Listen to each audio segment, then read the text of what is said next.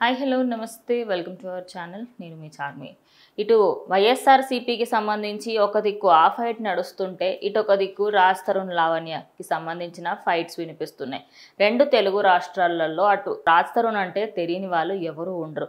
మరి అలాంటిది రాజ్ తరుణ్కి సంబంధించి 11 సంవత్సరాల నుంచి ఆయన నన్ను ప్రేమిస్తున్నాడని, మేము పెళ్లి కూడా చేసుకున్నామని, నాకు 2 సార్లు అబార్షన్ కూడా అయిందని అటు నార్సింగ్లో కేసు ఇచ్చింది.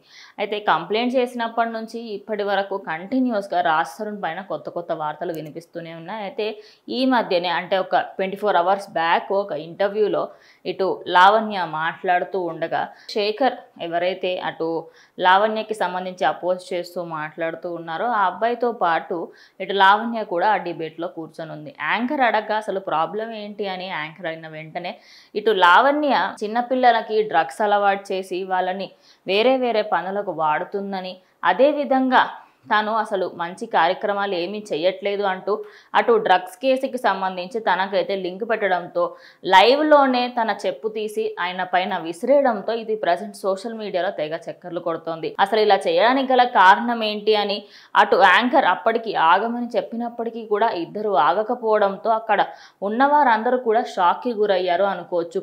ఇలా చెప్పు తీసి కొట్టడం ఎంత మట్టుకి కరెక్ట్ అని అటు ఆమెను నెగిటివ్గా చేసినప్పటికీ కూడా ఒక విధంగా తనకి పైన ఒక పాజిటివ్ కార్నర్ కూడా జనాల పైన అయితే ఏర్పడుతుంది. మరి ఈ కేసు ఇంకా ముందుకు వెళ్తున్న కొత్త విషయాలు అయితే తెలుస్తున్నాయని చెప్పుకోవచ్చు.